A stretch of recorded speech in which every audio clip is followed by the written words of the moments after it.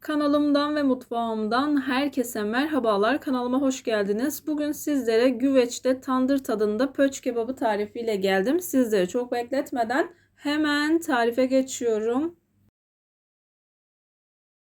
Tarifimde ben 1,5 kilo kadar pöç eti kullanacağım. 7 adet orta boy soğanım var. 5-6 diş sarımsağım. 4-5 yemek kaşığı kadar da zeytinyağım var.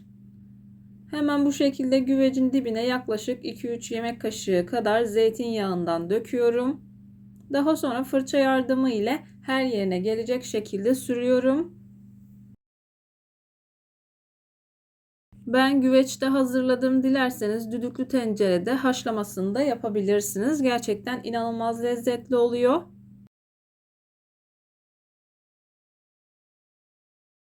Soğanlarımı bu şekilde kalın halka olacak şekilde doğruyorum.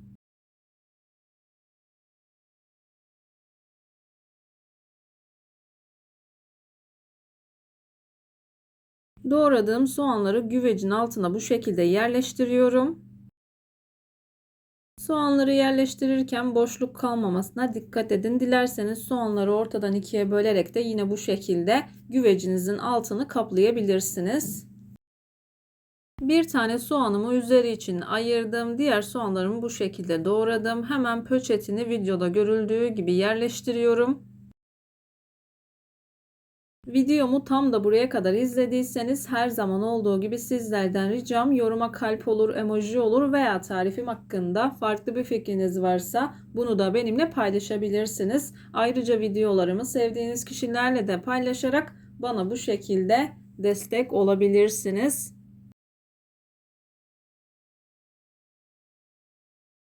Etleri yerleştirdikten sonra sarımsakları da ortadan ikiye ayırdım. Hemen bu şekilde aralara saklıyorum. Sarımsakları yerleştirdikten sonra bir adet soğanım kalmıştı. Onu da aynı şekilde halka halka doğruyorum. Etlerin üzerine yerleştiriyorum. Göz kararı olacak şekilde baharatlarını ekliyorum. Yaklaşık 1 tatlı kaşığına yakın tuz ekledim. Tuz miktarını tamamen kendi damak tadınıza göre ayarlayabilirsiniz. Daha sonra yaklaşık 1 tatlı kaşığına yakın kekik ekliyorum.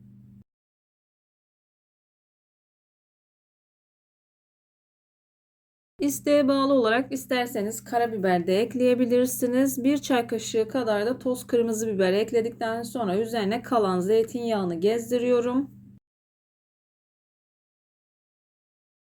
Toplamda 1 kahve fincanına yakın zeytinyağı kullandım. Lezzet vermesi açısından yaklaşık 1 tatlı kaşığı dolusu tereyağını da bu şekilde ekledim. Son olarak 1 bardak su ekliyorum. Ekstradan su eklemesi yapmadım. Pişme aşamasında da su eklemesi yapmadım. Bu su tam yeterli geldi. Üzerine ıslattığım yağlı kağıdı videoda görüldüğü gibi yerleştiriyorum. Şöyle kenar kısımlarına iyice yerleştirin. Daha sonra güveç kapağını kapatalım. Üzerini 3 kat alüminyum folyo ile kaplıyorum.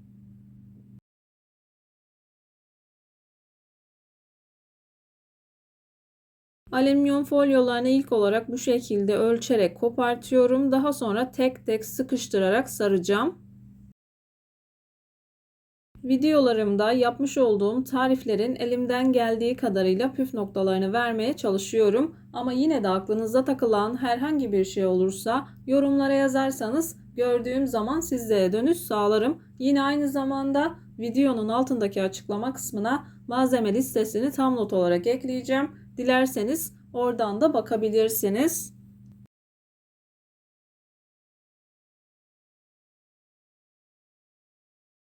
3 kat alüminyum folyoyu sardıktan sonra 15 dakika kadar orta ateşte, daha sonra tamamen kısık ateşte pişirdim. 1,5 saat kadar pişirdikten sonra hemen kontrol ediyorum.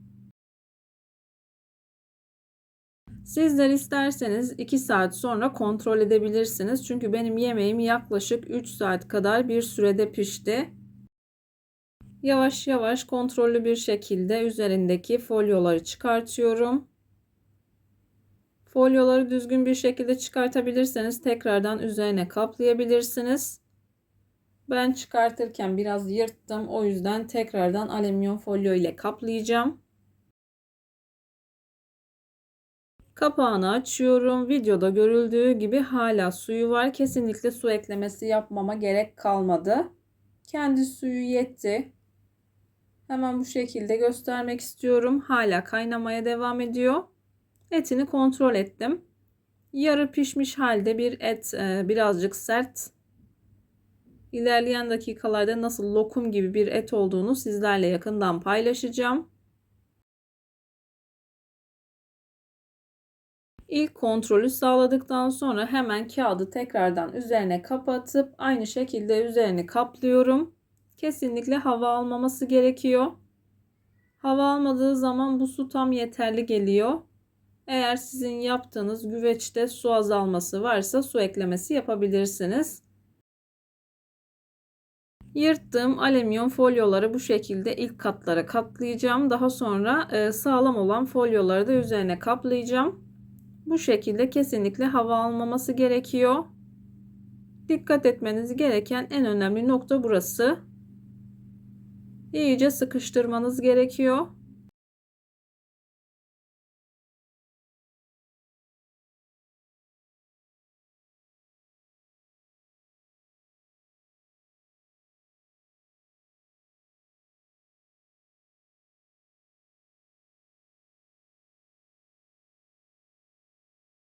Üzerini tekrardan kaplayıp yaklaşık 1 saat 20 dakika kadar daha pişirdim. Hemen kontrollü bir şekilde tekrardan açacağım. Bu aşamada çok dikkat etmeniz gerekiyor. Buhar çıkabilir, eliniz yanabilir. O yüzden dikkatli davranın.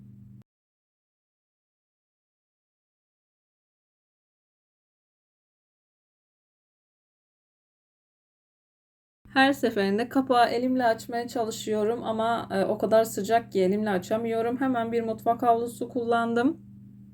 Gördüğünüz gibi bu şekilde suyunu yukarıya doğru vermiş. Bütün suyu bu arkadaşlar. İçerisinde başka su yok.